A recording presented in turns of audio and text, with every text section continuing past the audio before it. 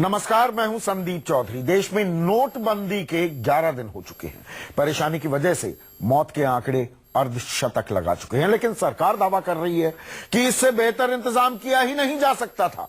11वें दिन भी बैंकों और एटीएम के बाहर हालात ये रहे कि कई लोगों को निराश होकर लौटना पड़ा।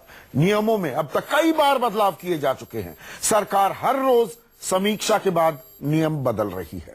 आज सिर्फ बुजुर्ग ही नोट बदल सकते थे, वो भी घंटों लाइन में खड़े होने के बाद 1000 रुपए। सुप्रीम कोर्ट भी कह चुका है कि माहौल खराब है, लोग कभी भी उग्र हो सकते हैं। ऐसे में सबसे बड़ा सवाल ये कि क्या नोटबंदी पर इससे अच्छा इंतजाम नहीं कर सकती थी सरकार? और क्या बैंक की लाइन तय करेगी देश की राजनीति? इस पर हम चर्चा करेंगे। कुछ खास मेहमान मेरे साथ जुड़ चुके हैं, लेकिन पहले सुनिए क्या दावा कर रहे हैं अरुण जेटली नोटबंदी और नोटबंदी के लिए किए गए इंतजामों पर। Just one issue I'd like to join issue with some comments which I have been publicly hearing on the execution. I don't think this could have been better executed than what it's being executed now. Let's first try and understand how a decision of this. I can't recollect another decision taken in recent Indian history in the last several decades. And then, of course, in the long run that I mentioned, it's going to change the way that traders will trade. It's going to change the way that we'll manage our household budgets. It's going to change how farmers will manage their systems. It will bring more transactions into the banking system. You'll have a cleaner economy, a bigger taxation system. And I think this one decision, as I said, in short, redefines the Indian new normal. और चर्चा में मेरे साथ BJP के राष्ट्रीय प्रवक्ता doctor Sambit Patra, Congress के प्रेमचंद्र मिश्रा और साथ ही साथ आम आदमी पार्टी के राघव चड्ढा चर्चा में जुड़ चुके हैं। डॉक्टर पात्रा, 11 दिन से देश का आलम क्या है, हालात क्या हैं, ये आप भी जानते हैं, मैं भी जानता हूं, मेरे दर्शक भी जानते हैं। मीलों लंबी कतारें, हर रोज नए नए नियम, उसमें भी कंफ्यूजन, और मौत का आंकड़ा 50 भी पार कर चुका है। उसके बाद वित्त मंत्री का यह कहना कि इससे बेहतर इंतजाम तो हो ही नहीं सकते थे। किस तरह से लूं, या मेरे दर्शक इस स्टेटमेंट को किस तरह से लें? देखिए, पहले तो मैं आपको भी और दर्शकों को भी प्रणाम करता हूं। और आप सही कह रहे हैं, दर्शकों को अर्थात देश की जनता को पता है कि इसके पीछे की नीयत क्या है और इससे पीछे जो नीयत, उससे फायदा किसका होगा। फायदा दर्शकों को ही होगा, जनता को ही होगी, क्योंकि देश का फायदा होगा। ये आगे की बात हो गई, ये आगे की बात हो गई। फायदे को कोई डिनाई नहीं कर रहा, मैं इंतजामों की, मौजूदा इंतजामों की बात, मैं इतना ही सुनना चाहता था। बिल्कुल ठीक बात है। आपने बड़ी बात कही है कि फायदे को कोई डिनाई नहीं कर रहा है। यहीं से मैं शुरुआत कर रहा हूं। सरकार भी यही कह रही है। हाँ, इनकन्वीनियंसेस हुए हैं, उसके लिए देखिए जिम्मेदारी से मैं खुद मानता हूं कि जो थोड़े इनकन्वीनियंसेस हुए हैं वो जनता भी सोच समझकर कि नहीं ठीक है, हम भी परेशान हैं, मगर भविष्य के लिए अगर परेशानी थोड़ी उठानी पड़ रही है तो कोई बात नहीं। वित्त मंत्री कह रहे हैं इससे बेहतर इंतजाम नहीं हो सकते थे। वित्त मंत्री कह रहे हैं इससे बेहतर इंतजाम नहीं हो सकते थे। और सर्वोच्च न्यायालय, हमारी Supreme Court, chief justice of India T S Thakur और जस्टिस दवे कल मुकुल रोहतगी जो अटॉर्नी जनरल हैं, उनसे सवाल पूछते हैं कि इतना पैनिक क्यों फैला रखा है लोगों के बीच में, इतना हड़कंप क्यों फैला रखा है, देश में दंगे तक हो सकते हैं। मैं किसकी बात मानूं, वित्त मंत्री की बात मानूं कि सुप्रीम कोर्ट की बात मानूं? मैं इसका उत्तर देता हूं। देखिए, पूरे ग्लोबल फिनोमेना को देखिए। वित्त मंत्री ने जो कहा वही सेंटीमेंट वर्ल्ड बैंक के चेयरमैन ने भी इको किया है। उन्होंने कहा कि इतने बड़े अर्थशास्त्री, इतने बड़े आर्थिक देश पे, भारत जितना बड़ा देश है, उसमें इस प्रकार जो डिमोनेटाइजेशन लाया गया है वो एक तरह से असंभव काम को संभव करके देश ने दिखा दिया है। और इस पे उन्होंने यह भी कहा है केवल भारत पे ही नहीं, पूरे ग्लोबल इकोनॉमी पे फर्क पड़ेगा, क्योंकि ये one of its kind activity है। ये पहली बार ऐसा इतने बड़े मात्रा में किया गया है। जहां तक कोर्ट का सवाल है, देखिए सुप्रीम कोर्ट ने ही अपने पहले दिन के जो जजमेंट था उसमें इसको लॉर्ड किया था, अर्थात इसकी भूरी भूरी प्रशंसा भी की थी और कहा था कि हां थोड़े दिक्कत होंगे।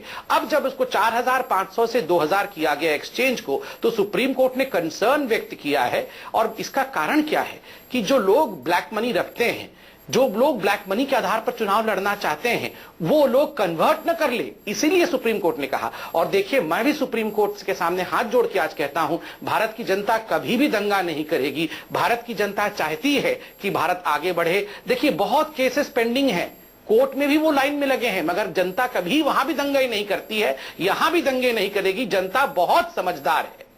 प्रेमचंद मिश्रा, सरकार कह रही है, दावा कर रही है और पार्टी भी उसी लाइन पर चल रही है, इससे बेहतर इंतजाम नहीं हो सकते थे। इनिशियल पेन होगा अगर आपको लार्जर गेन हासिल करना।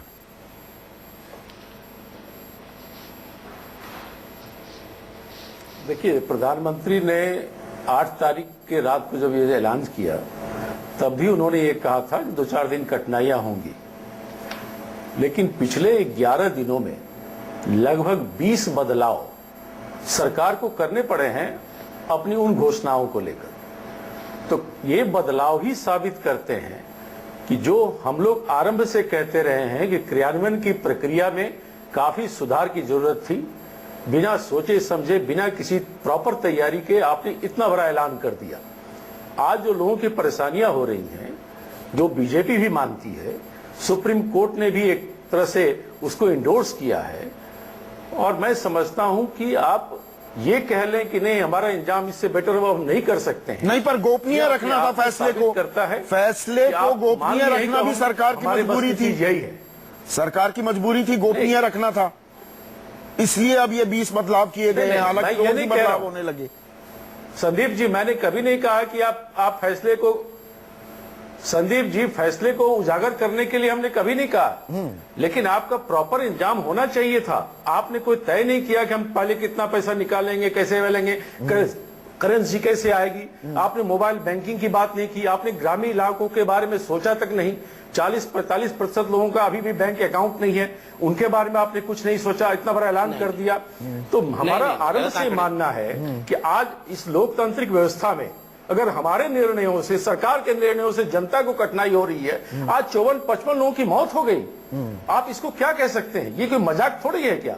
अगर किसी की जान जा रही है और आप कह रहे हैं कि हम इससे बेटर इंतजाम नहीं कर सकते, ये कौन सा बेहतर इंतजाम था जहां लोग जान दे रहे हैं? तो कहीं ना कहीं सरकार को यह स्वीकार करना चाहिए कि आपसे गड़बड़ियां हुई हैं। शंकराचार्य तक जी ने कह दिया है कि मोदी जी को इसका पाप लगेगा इन मौतों का। और मुझे तो आज प्रसन्नता है कि अभी तक बीजेपी के किसी नेता ने शंकराचार्य के बारे में या चीफ जस्टिस ऑफ इंडिया के बारे में ये नहीं कहा कि ये लोग भी देशद्रोही हैं। संबित, ये एक संतोष की बात है। मैं 50 से ज्यादा लोगों की मौत और सरकार का ये कहना कि इससे बेहतर इंतजाम नहीं हो सकते थे, ये एक संवेदनहीन छवि नहीं दिखाता है क्या? संवेदनहीन चेहरा नहीं दिखाता है क्या सरकार का? कड़वी बात कह रहा हूं, लेकिन ये आम आदमी के जहन में सवाल उठ रहे हैं। मैं जवाब देता हूं और दर्शकों को ही बोल रहा हूं।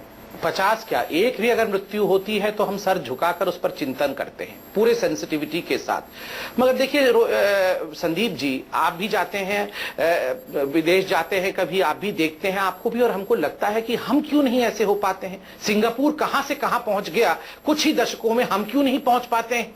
हम इसलिए नहीं पहुंच पाते हैं कि हम इस प्रकार के डिबेट्स में उलझ जाते हैं। अगर बड़े कदम नहीं उठाए जाएंगे, जिन लोगों ने दशकों से काले धन के माध्यम से हिंदुस्तान की इकोनॉमी को ध्वस्त किया, एक पैरेलल इकोनॉमी चलाया, मरीज को कैंसर हो रखा है करप्शन का, अगर सर्जरी ही नहीं करेंगे कि नहीं मरीज को तकलीफ होगी, 4 दिन वो बिस्तर पे रहेगा, उसको सलाइन लगेगा, तो हम कैसे करेंगे आप बताइए। और यहाँ राघव चड्ढा भी नौजवान है, मिश्रा जी भी नौजवान है, आप भी नौजवान है। अगर नौजवान ही हताश हो जाए कि देश को सुधारा नहीं जा सकता है, छोड़ दीजिए, क्योंकि लोगों को चंद दिन तकलीफ होगी। लोग समझ रहे हैं, गरीब से गरीब व्यक्ति भी समझ रहा है कि ये सब हमारे बच्चों की भलाई के लिए है। अगर हम राघव चड्ढा रिस्पॉन्ड कर रहे हैं, बताइए हम बदलेंगे कैसे? राघव, ये मेजर सर्जरी हो रही है, इसमें पेन तो होना है, बेहतर भारत के लिए ये दर्द झेलना होगा।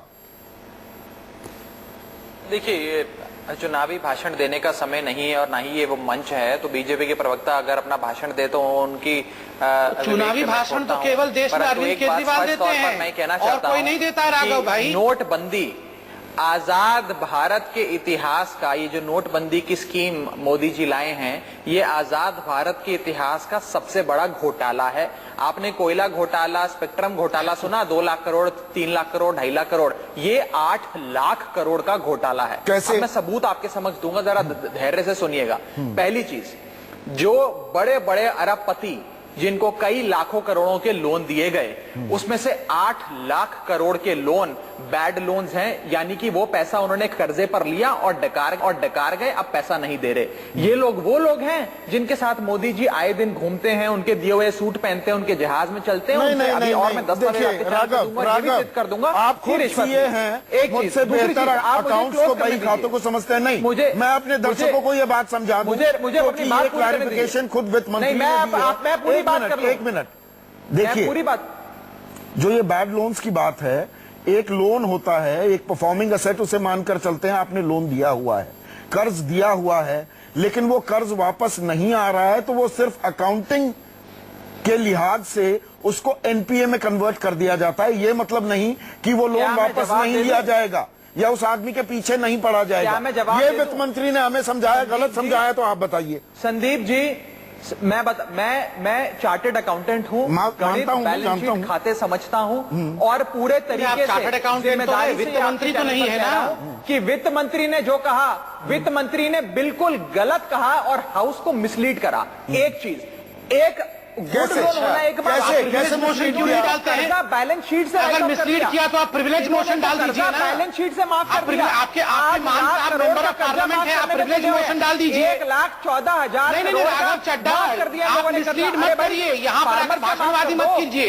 अगर वित्त मंत्री जी ने मिसलीड किया है, आप कह रहे हैं, तो आप भगवत मान को बोलिए, वहाँ प्रिविलेज मोशन डालेंगे। यहाँ पर आकर नाटक मत करिए। आएंगे नहीं, आप हमें बात रखने दीजिए। नहीं, अब ये 1,14,000 करोड़ का आप वित्त मंत्री को आप झूठा बोल रहे थे। जब मैंने आपको पकड़ लिया तो आप धमकाएंगे कि मैं चैनल पे नहीं आऊंगा। एक चीज, बोलिए राघव, वित्त मंत्री कौन माफ कर दिया? सर गलत कहा। कौन माफ कर दिया? मैं आपको कागज दिखाता हूँ।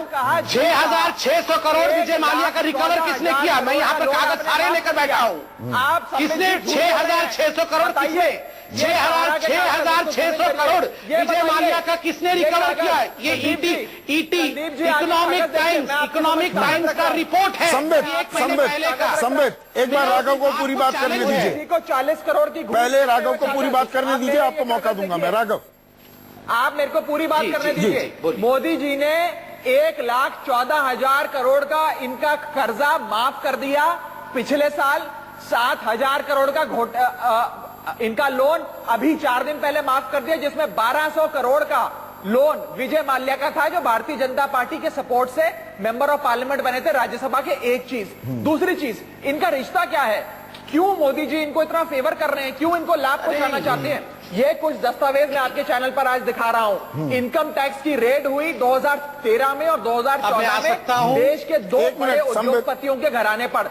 उसमें ये कागज आए जिन कागजों में ये लिखा है कि cash given to Modi ji at Ahmedabad, कि मोदी जी को कैश दिया गया अहमदाबाद में। 40 करोड़ रुपए का कैश सहारा ग्रुप से बरामद हुआ, जो दस्तावेज साबित करते हैं, और 25 करोड़ का ये गुजरात। यहाँ पर भी राघव चड्ढा आपका जो और बड़े आदित्य बिरला ग्रुप के एग्जीक्यूटिव प्रेसिडेंट हैं, उन्होंने कोई और बात कही है जांच एजेंसियों के सामने। उन्होंने साफ मना कर दिया। उन्होंने कहा गुजरात एल्कलाइन केमिकल्स को ये पेमेंट की गई है और उसका मतलब होता है गुजरात सीएम। बिल्कुल, तो ये विचाराधीन नहीं है, अभी जांच चल रही है, आप सवाल उठा रहे हैं। बता देता हूं, मैं आपको मौका दे रहा हूं सवाल उठाने के लिए। जवाब भी दे देता हूं। इसका जवाब देंगे संबित? मैं जवाब भी दे देता हूं इसका। जी, एक मिनट, इसका जवाब दे देता हूं। मैं जवाब दे देता हूं। वो रिपोर्ट आप पूरी अगर बात बंद हो गई हो तो मैं बोल दूंगा कि जो जवाब उस व्यक्ति कौन से अफसर ने माना? अफसर का नाम तो बताइए। घर में बैठ के अफसर ने बोला गलत है। एक चीज, हम तो इस पे जांच चाहते हैं। हम चाहते हैं इस पूरे मसले की जांच हो।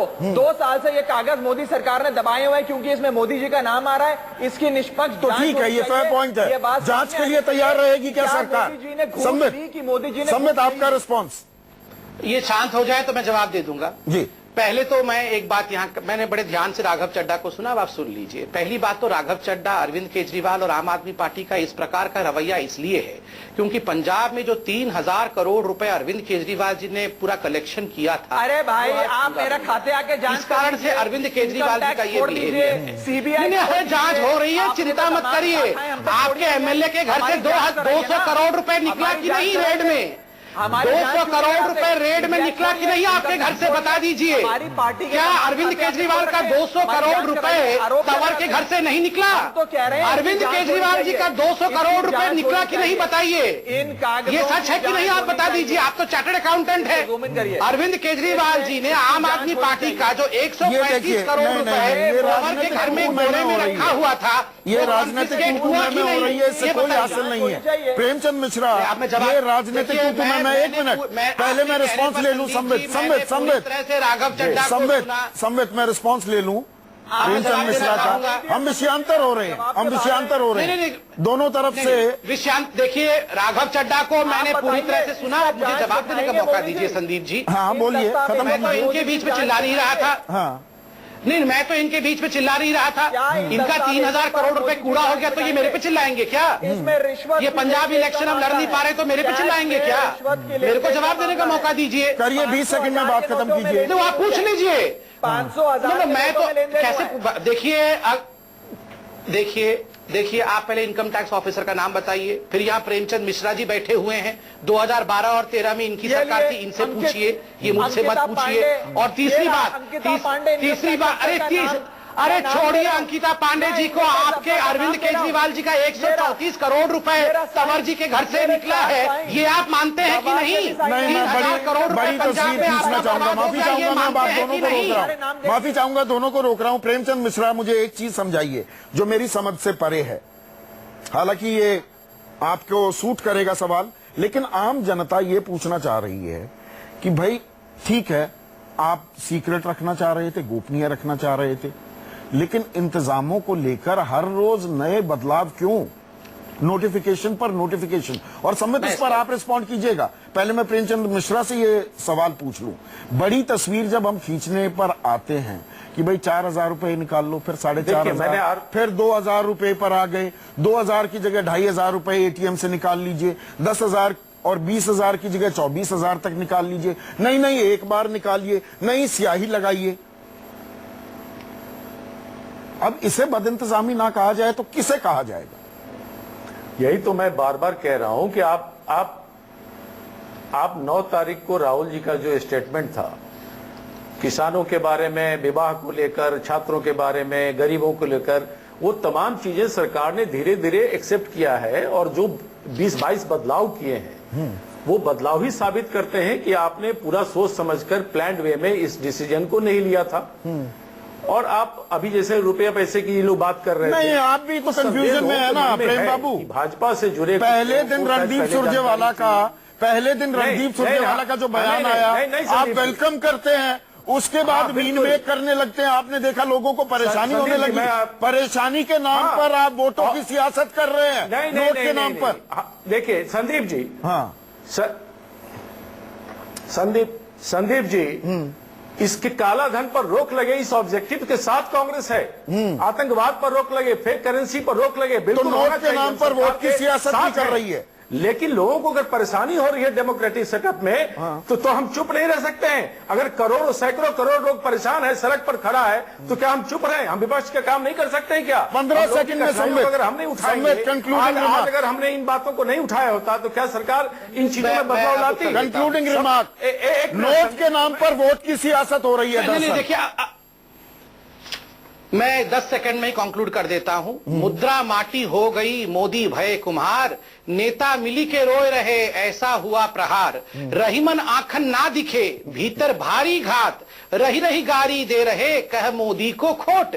आप देखिए, इनके भीतर बहुत घात हुआ है। हजारों करोड़ इनके काले धन कांग्रेस के और आम आदमी पार्टी का बर्बाद हो गया है, पूरा कागज बन गया है, इसलिए इनकी छटपटाहट है। और मैं राघव जी को एक बात कहना चाहता हूं, आपका पैसा राघव जी, आप कोई भी सारा पैसा तो आपका पकड़ा रहा है, विश्वास कर लेते हैं। मैं ये कहना चाहता हूं कि अरविंद केजरीवाल का जो आलू मालू वाली कहानी चल रही है, तो आप ही के मित्र कह रहे हैं क्या? चलिए, फिर हम थोड़ा विषयांतर होने लगे। सम्मित पात्रा, राघव चड्ढा और प्रेमचंद मिश्रा, आप सभी का बहुत बहुत शुक्रिया। एक बात साफ है कि नोट के नाम पर वोट की सियासत जोरों पर चल रही है।